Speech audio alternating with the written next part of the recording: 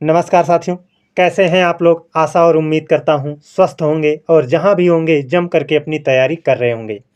दोस्तों, आज के वीडियो में मैंने कुल मिलाकर 15-16 क्वेश्चन सेलेक्ट किया है और इसके माध्यम से मैं आप लोगों को 15-16 रचना और रचनाकार का नाम याद कराऊंगा। ये 15-16 रचना बहुत ही महत्वपूर्ण है और परीक्षा के लिहाज से तो बहुत ही इम्पॉर्टेंट है।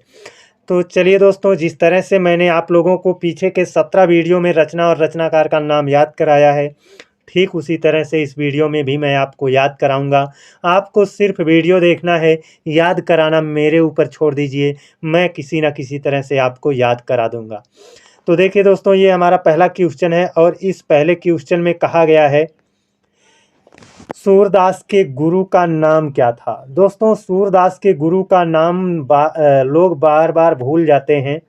आप भी याद किए होंगे, भूल जाते होंगे, लेकिन आज मैं आपको ऐसा ट्रिक दूंगा, ऐसा आपको तरीका बताऊंगा, है ना, कि आप जीवन में फिर कभी नहीं भूलेंगे, है ना। बस आप लोग इसको ध्यान से देखिएगा। और इसमें देखिए, सूरदास सूरदास से पता चलता है इनके पास आँख नहीं थी, है ना। सूरदास से पता चलता है इनके पास आँख नहीं थी, है ना, लेकिन इनके गुरु का नाम है ना, तो इनके गुरु के नाम में पता चलता है कि उनके पास आँख थी, है ना। आँख का मतलब मैं बल्ब से इंडिकेट कर रहा हूँ, अर्थात सूरदास के जो गुरु थे उनके पास बल्ब था। बल्ब था मतलब उनके पास आँख थी, बल्ब था यानी बल्लभाचार्य। इसको आप रिलेट कर लीजिए, अब जीवन में कभी नहीं भूलोगे। एक बार मेरे मुझसे पढ़ लीजिए। इसी तरह से मैंने आप लोगों को पीछे 17 वीडियो में लगभग 150 से अधिक रचनाओं को याद करवाया है और उन 150 में सबसे पहले मैंने सबसे महत्वपूर्ण रचनाओं को याद करवाया है। मुझे खुद नहीं याद था, मैं खुद परेशान था, नहीं याद होता था, पढ़ता था भूल जाता था, तो मैंने उसका विकल्प निकाला, इसे कोडिंग कर डाला, है ना। धीरे धीरे कुछ कुछ रचनाओं का मैं कोडिंग करके अपने दिमाग में भरता गया, अपने आप सब याद हो जाता है। आज मैं एक पन्ना पलटता हूँ तो सारी की सारी रचनाएं मुझको याद रहती हैं। मैं सोचता हूँ या वाह, ये क्या कमाल हो गया। तो यही कमाल आपके पास साथ भी होगा, लेकिन आपको इसके लिए करना ये है कि मैंने अपने चैनल पर प्लेलिस्ट बना दिया है, वहाँ पर मैंने पूरा डिटेल में लिखा है हिंदी साहित्य का इतिहास याद करने वाली वीडियो, है ना। तो इस तरह का आपको प्लेलिस्ट मिल जाएगा, वहाँ पर जाकर देख लीजिए, निश्चित तौर पर आपको याद हो जाएगा। अगर आप परीक्षा की तैयारी करते हैं तो निश्चित तौर पर इसको देख सकते हैं। अब देखिए दूसरा क्वेश्चन। दूसरे क्वेश्चन में कहा है, प्रेमचंद्र के उपन्यास का नाम बताइए। प्रेमचंद्र के उपन्यास का नाम बताइए जिसमें दहेज प्रथा की बुराई की गई है। अब देखिए दोस्तों, दहेज प्रथा की बुराई की गई है। अब दहेज कब लिया दिया जाता है? जब एक लड़की की शादी होती है तभी तो दहेज आता है। तो दहेज प्रथा की बुराई कहाँ होगी? निर्मला में होगी। तो निर्मला एक लड़की का नाम है और यही लड़की निर्मला दहेज लेकर के आई और उसी दहेज प्रथा का बुराई किया गया है। इस चीज़ से मैंने रिलेट कर लिया है, आपके भी दिमाग में आ गया होगा, आपने भी ध्यान से सुना होगा, तो ये आपको भी जीवन भर के लिए याद हो जाएगा। केवल आज के लिए या आज के बाद 10 दिन के लिए नहीं, जीवन भर के लिए याद हो जाएगा, है ना। अब गोदान में भी देख लीजिए, यहाँ पर गो का मतलब होता है गाय से, है ना। तो कहा जाता है कि मुंशी प्रेमचंद्र के उस उपन्यास का नाम बताइए जिसमें कृषक जीवन का वर्णन है। भैया, कृषक जीवन का वर्णन है तो कृषक वही होता है जो गाय भैंस पालता है, जो खेती बाड़ी करता है। तो गोदान से यहाँ से हमने रिलेट कर लिया था। ये भी क्वेश्चन मैंने पीछे किसी वीडियो में कराया है। बढ़ते हैं दोस्तों अपने अगले क्वेश्चन पर। ये रहा, देखिए दोस्तों, क्वेश्चन आगे बढ़ने से पहले मैं आपको बता दूं कि मैंने इसके पहले 17 वीडियो कराया है और ये मेरा 18वां वीडियो है ना। 17 वीडियो आपका ज़्यादा से ज़्यादा 15 से 20 मिनट का वीडियो है। अगर आप देख लोगे, एक हफ्ते में देख लोगे ना, तो निश्चित तौर पर मैं कहता हूँ हिंदी साहित्य में रचना और रचनाकार से आप छुटकारा पा जाओगे। ये हमेशा के लिए याद हो जाएगा। तो चलते हैं दोस्तों अब अपने अगले क्वेश्चन पर। देखिए, ये कह रहा है, भूतनाथ के रचयिता कौन है? भैया, भूतनाथ के रचयिता कौन है? मैं यहाँ पर रिलेट करूँगा, कोडिंग करके मैंने याद किया है, आपको भी याद कराऊँगा। तो देखिए, भूतनाथ के रचयिता कौन है? तो देखिए भूत कौन बनता है? भूत कौन बनता है? हमारे आपके बीच में जो प्रचलित है वो कहा जाता है कि जब कोई समय से पहले मर जाता है तो वही भूत बन जाता है, यही कहा जाता है ना। तो आप जरा देवकी नंदन की ओर जाइए। देवकी जी के जो पुत्र थे, है ना, उनमें तो कृष्ण जीवित थे, लेकिन कृष्ण से पहले जो संतान देवकी जी की हुई उनको कंस ने मार दिया था। तो मैं वहीं से रिलेट कर लिया हूँ कि देवकी नंदन, भैया देखो कृष्ण जी को देवकी नंदन कहते हैं, लेकिन कृष्ण के पहले जो लोग पैदा हुए देवकी जी के कोख से, क्या वो देवकी नंदन नहीं थे? वो भी तो देवकी नंदन थे, लेकिन बस यही है कि वो जीवित नहीं रहे, है ना। लेकिन वो भी देवकी नंदन थे और वो उनको कंस ने मार दिया, तो वो लोग क्या बन गए थे? भूत बन गए थे। तो भूतनाथ को मैं यहीं से रिलेट करके याद करके रखता हूँ, आपको बता दिया हूँ। थोड़ा सा आप मेहनत करोगे, अपने दिमाग पर थोड़ा सा जोर दे दोगे तो जीवन भर के लिए याद हो जाएगा। बढ़ते हैं अपने अगले क्वेश्चन पर। ये कह रहा है नासिकेतोपाख्यानम के रचयिता कौन है? नासिकेतोपाख्यान के रचयिता कौन है? भैया देखिए, यहाँ पर मैं रिलेट किया हूँ, यहाँ पर नासिकेतोपाख्यान में यहाँ पर नास वर्ड को मैं पकड़ता हूँ। तो मैं हमेशा, मैं परीक्षा की तैयारी कर रहा हूँ, है ना, तो वैकेंसी नहीं आ रही है, तो मैं हमेशा रोज मैं नाश होने का मैं रोज नाश करने का मतलब ऐसा मेरे अंदर विचार आता है। मैं कोडिंग ये कर रहा हूँ, ध्यान से सुनना। मैं नाश किसका हमेशा सोचूंगा? उन दलों का नाश, यहाँ पर दल दिया है, उन दलों का नाश हमेशा मैं सोचता हूँ जो लोग हम लोगों के लिए परीक्षा मतलब हम लोगों के लिए वैकेंसी नहीं लेकर आते हैं। जो दल हमारे लिए, जो पार्टी, जो दल हमारे लिए वैकेंसी लेकर नहीं आता है, उनके नाश का हम लोग क्या करते हैं? नाश का प्रार्थना भगवान से रोज करते हैं। तो याद करना कि नासिकेतोपाख्यान, है ना, यहाँ पर नाश किसका हम करेंगे? दल का नाश करेंगे। क्यों? क्योंकि वो हमारे परीक्षा को नहीं करा रहे हैं, हमारे लिए वैकेंसी नहीं ला रहे हैं। तो ये सदल मिश्र आपके क्या हो जाएंगे? करेक्ट आंसर हो जाएंगे। बढ़ते हैं अपने अगले क्वेश्चन पर। और देखिए इसको तो मैंने पहले भी याद कराया है। कह रहा है कठिन काव्य का प्रेत किस कवि को कहा जाता है?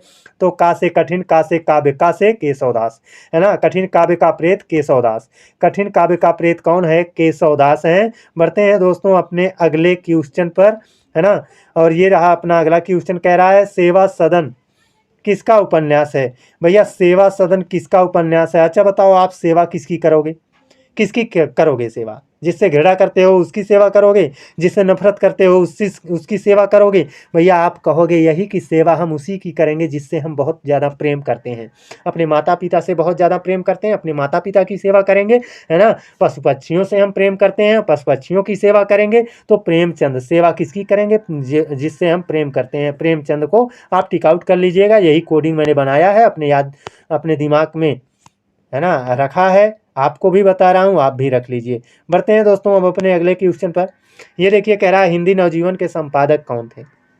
हिंदी नवजीवन के संपादक कौन थे? अतः बताओ, भारत को नवजीवन किसने दिया? हिंदी को नवजीवन किसने दिया? जिसने भारत को नवजीवन दिया ना, उसी ने हिंदी को भी नवजीवन दिया है ना। तो देखो भारत को नवजीवन किसने दिया है? आप तो जानते हो गांधी जी। गांधी जी का कितना योगदान है, बहुत योगदान है गांधी जी का, है ना। तो यहाँ पर हिंदी नवजीवन के संपादक कौन हो जाएंगे? गांधी जी हो जाएंगे। बढ़ते हैं दोस्तों अपने अगले क्वेश्चन पर। कह रहा है अनाम दास का पोथा किसका उपन्यास है? अब मैं यहाँ पर कोडिंग कर रहा हूँ, ध्यान से सुनिएगा, पूरा ध्यान लगा करके सुनिएगा। अनाम दास का पोथा, यहाँ पर आ माने नहीं होता है, नाम दास, जिसका नाम ना हो उसको हम कहेंगे अनाम है। जिसका कोई नाम ही ना हो उसको हम कहेंगे अनाम है। अच्छा, जिसका कोई नाम नहीं है उसको भी हम अनाम कहेंगे, है ना। लेकिन जिसके पास हजारों नाम हो तो हम यही कहेंगे भैया इसका हजारों नाम है। कौन सा नाम लेकर पुकारें, कौन सा नाम लेकर के पुकारें? यहाँ तो हमारे दिमाग में यही आता है, ये बिना नाम का होता ना तब भी ठीक होता। यानी अगर हजारों नाम रखना है तो उससे अच्छा है कि अनाम ही रहो आप। अगर हजारों नाम आपको रखना है तो उससे अच्छा है कि आप हजारों नाम रखना है तो उससे अच्छा है कि आप अनाम रहो, अर्थात बिना नाम के ही रहो। बढ़ते हैं दोस्तों अपने अगले क्वेश्चन पर। तो इसका आंसर क्या हो जाएगा? हजारी प्रसाद द्विवेदी हो जाएंगे। मैंने रिलेट कर दिया है, आपने अगर ध्यान से सुन लिया होगा तो फिर कभी ये आएगा तो आपका दिमाग जरूर काम करेगा। और थोड़े ही दिन में आप रिवीजन कर लोगे ना तो और ये तो और ज़्यादा आपका दिमाग काम करने लगेगा। देखते हैं अपना अगला क्वेश्चन ये कह रहा है चीफ की दावत। चीफ की दावत के रचनाकार कौन है? अच्छा, मैंने इसको भी याद करवाया है। चीफ की दावत, अच्छा चीफ किसे मानेंगे हम? चीफ किसे मानेंगे? अगर मैं महाभारत में जाता हूँ तो महाभारत में चीफ किसे मानेंगे? जो व्यक्ति प्रतिज्ञा में सर्वश्रेष्ठ रहा हो, जो व्यक्ति उम्र में सर्वश्रेष्ठ रहा हो, जो व्यक्ति है ना बाहुबल में सबसे ज़्यादा श्रेष्ठ रहा हो, उसी को हम चीफ मानेंगे, है ना। तो चीफ आप तो जानते हैं भीष्म साहनी जी इसके उत्तर हो जाएंगे। भीष्म पितामह जो थे वो महाभारत में चीफ के रूप में देखे जाएंगे हमारे आपके हिसाब से। इसको याद कर लीजिएगा, यही आपका करेक्ट आंसर है। बढ़ते हैं अपने अगले क्वेश्चन पर। ये देखिए अनाम दास का पोथा पुनः आ गया, है ना। अगर अनाम दास का पोथा मैंने अभी बताया अगर हजारों नाम रखना है तो अनाम ही रहिए, हजारी प्रसाद द्विवेदी। बढ़ते हैं अपने अगले क्वेश्चन पर। ये कह रहा है हरिनारायण किस कहानी पत्रिका के संपादक रहे हैं? हरिनारायण, हरिनारायण किस कहानी पत्रिका के संपादक रहे हैं? तो आप जानिए, यहाँ पर हरि को जानिए। हरि माने जानते हो विष्णु जी, नारायण माने जानते हो विष्णु जी, और हरि और नारायण, है ना, इनका तो आप जानते हो देश भर में क्या होती है, इनकी कथा होती है कि नहीं? भागवत कथा होती है कि नहीं होती है? हरि जी और नारायण जी ये विष्णु जी के ही हैं, विष्णु जी के ही नाम हैं। और भागवत में विष्णु जी का ही गान किया जाता है। और ये हरि जी और नारायण जी यानी विष्णु जी का देश भर में क्या होता है? कथा होता है। देश भर में कथा होता है, कथा देश। इसको आप रिलेट कर लीजिए, जीवन भर नहीं भूलेंगे। बढ़ते हैं अपने अगले क्वेश्चन पर कि ये इसमें कह रहा है आलोचना पत्रिका के संपादक कौन है? भैया आलोचना पत्रिका के संपादक का नाम पूछा है तो अच्छा बताओ, आप बता लो, है ना। आप बताओ आलोचना आप किसकी करोगे? आलोचना जब भी करोगे किसी व्यक्ति की करोगे, है ना। और आप तो जानते हो आलोचना जब भी करोगे किसी व्यक्ति का करोगे और उस व्यक्ति का अपना कोई नाम होगा। नामवर सिंह को टिक आउट कर लीजिए, यही तुम्हारा क्या है? करेक्ट आंसर है। बढ़ते हैं अपने अगले क्वेश्चन पर। ये कह रहा है मृगनयनी उपन्यास के रचनाकार कौन है? तो मृगनयनी उपन्यास के रचनाकार कौन है? देखिए दोस्तों, इसको मैंने कैसे रिलेट किया है। यहाँ पर मृग कहाँ रहेगा? तो भैया आप कहोगे मृग जब भी रहेगा तो ना तो समुंदर में रहेगा, ना तो नदी में रहेगा, ना तो आसमान में रहेगा। मृग जब भी रहेगा वो कहाँ रहेगा? वन में रहेगा। अतः मृगनयनी उपन्यास के रचनाकार के नाम में भी वन आता है, वृंदावन। देख लीजिए यहाँ पर वन आया है। तो मृगनयनी उपन्यास के रचनाकार कौन हो जाएंगे? वृंदावन लाल वर्मा हो जाएंगे। ये आपका करेक्ट आंसर हो जाएगा। बढ़ते हैं दोस्तों अपने अगले क्वेश्चन पर। ये कह रहा है हिंदी का पहला उपन्यास किसे माना जाता है ना। हिंदी का पहला उपन्यास, भैया हिंदी का पहला उपन्यास कह रहा है ना। तो हिंदी में जो पहला उपन्यास है वो कौन है? परीक्षा गुरु है। कौन है? परीक्षा गुरु है। और परीक्षा गुरु के रचनाकार कौन है? लाला श्रीनिवास दास। लाला श्रीनिवास दास, मैं इसको भी याद कराने जा रहा हूँ। लाला श्रीनिवास दास, है ना, निवास दास, है ना। तो दोस्तों अच्छा ये बताओ, आप परीक्षा देने जाओगे तो कहाँ जाओगे? जाहिर सी बात है, परीक्षा देने जाओगे तो किसी दुकान मकान या फिर स्कूल में जाओगे। कोई भी दुकान होगा या मकान होगा या स्कूल होगा, वो आपका क्या होगा? निवास स्थान होता है। तो लाला श्री निवास दास इसके क्या हो जाएंगे? करेक्ट आंसर हो जाएंगे। अगर परीक्षा गुरु उपन्यास किसका है? तो लाला श्रीनिवास का है ना। पहला उपन्यास, है ना, हिंदी का पहला उपन्यास कौन सा है? परीक्षा गुरु है। ये चीज़ भी आप याद रखिएगा। बढ़ते हैं अपने अगले क्वेश्चन पर। कह रहा है ठेठ हिंदी का ठाठ, ठेठ हिंदी का ठाठ के रचनाकार कौन है? देखिए ठेठ हिंदी का ठाठ के रचनाकार कौन हो जाएंगे? आपका ठेठ हिंदी के ठाठ के रचनाकार मुंशी प्रेमचंद्र हो जाएंगे। इस चीज़ को आप याद रखिएगा, हमेशा के लिए इसको अपने दिमाग में सेट कर लीजिए। ठेठ हिंदी का ठाठ, ठेठ हिंदी का ठाठ प्रेमचंद्र की रचना है। तो ये रहा आज का हमारा वीडियो। कैसा रहा आप लोगों को कमेंट करके ज़रूर बताना दोस्तों। मुझे टाइम नहीं मिल पाता है, बहुत कम टाइम मिलता है, जिस वजह से मैं आप लोगों को वीडियो प्रोवाइड करने में बड़ी कठिनाई महसूस करता हूँ। इसीलिए क्वेश्चन की संख्या भी कम रहती है ना। तो कोई बात नहीं है, आप लोगों का सपोर्ट और प्यार और दुलार रहा तो जल्द ही मैं जब यूट्यूब से थोड़ी बहुत अर्निंग करने लगूँगा तो मुझे बाहर जा कर के 2 पैसे कमाने की ज़रूरत नहीं पड़ेगी, तो मेरे पास बहुत सारा टाइम रहेगा, है ना? तो आज के लिए बस इतना ही, अगले दिन आप लोगों से फिर मिलते हैं, तब तक के लिए धन्यवाद। लेकिन एक बात याद रखना, चैनल को सब्सक्राइब कर लेना, अपने 10 मित्रों में शेयर ज़रूर कर देना। अगर मुझे और मेरे चैनल को आगे बढ़ाना है, बेहतर कंटेंट लेना है तो।